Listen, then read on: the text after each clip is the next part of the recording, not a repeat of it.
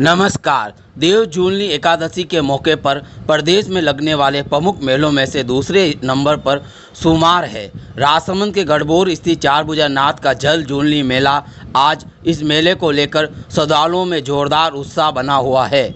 कल सुबह से ही गुजरात, मध्य प्रदेश, महाराष्ट्र, राजस्थान भर से श्रद्धालु पहुँचने का क्रम लगातार जारी है।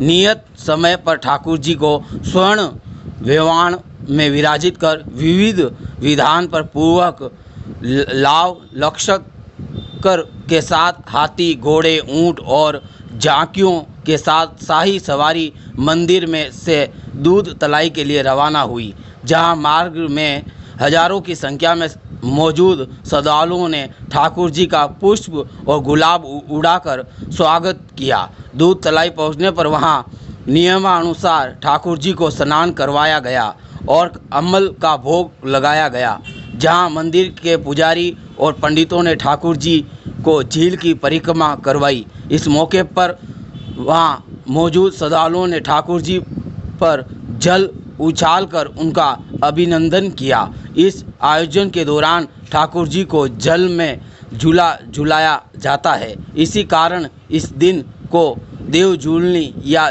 जल जूलनी एकादशी कहा जाता है। यहाँ से ठाकुर जी को फिर से रजत वेवाण में विराजित कर फिर से चारभुजा मंदिर लाया जाता है। इसके बाद आरती के दर्शन होते हैं और यह उत्सव समापन की ओर बढ़ता है। चारभुजा मंदिर के पुजारी क्या कुछ बोले, सुनिए आप उन्हीं की जुबानी।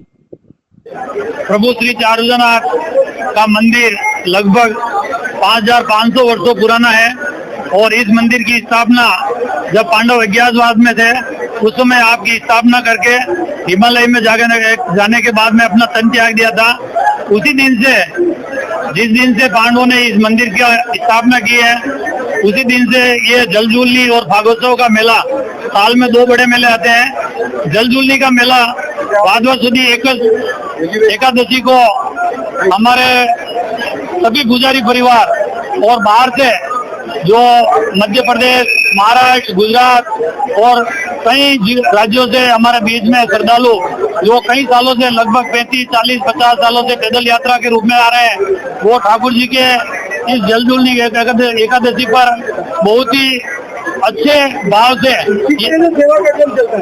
हमारे ठाकुर जी का जो एकादशी का मेला है, सुबह 5 बजे मंगला दर्शन होते हैं। मंगला दर्शन होने के बाद में राज श्रृंगार के दर्शन होते हैं और राज श्रृंगार होने के बाद में ठाकुर जी की राजभोग की आरती होती है और राजभोग की आरती के बाद में ठाकुर जी अभी 12 बजे ठाकुर जी दूध तलाई पर शाही लश्कर के साथ में, जिसमें हाथी, घोड़े, बैंड बाजे, ढोल, थाली, मादल के साथ में लाखों श्रद्धालुओं के साथ में यहाँ से दूध तलाई तक जाते हैं, जिसमें पुजारी परिवार द्वारा ठाकुर जी को सोने के वेवाण में ले जाया जाता है और वहाँ दूध तलाई पहुँचने के बाद में वहाँ जो छतरी बनी हुई है उसमें ठाकुर जी का श्रृंगार होता है, जिसमें ठाकुर जी को झुलाने के लिए ले जाते हैं। उस दरमियान में ठाकुर जी के सोने का वेवाण और चांदी का वेवाण एकत्रित होते हैं और जब ठाकुर जी वहाँ से झूलने के लिए दूध तलाई की 2 परिक्रमा करते हैं, 2 परिक्रमा करने के बाद में पुनः छतरी में पधारते हैं और छतरी में पधारने के बाद में जाते हुए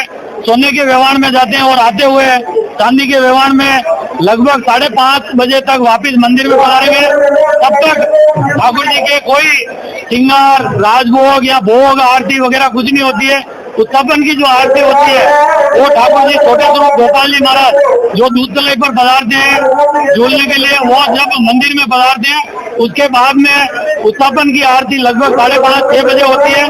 उसके बाद में संध्या आरती जो बड़ी आरती कहते हैं 7 बजे वो आरती होगी। उसके बाद में दर्शन बंद होंगे और दर्शन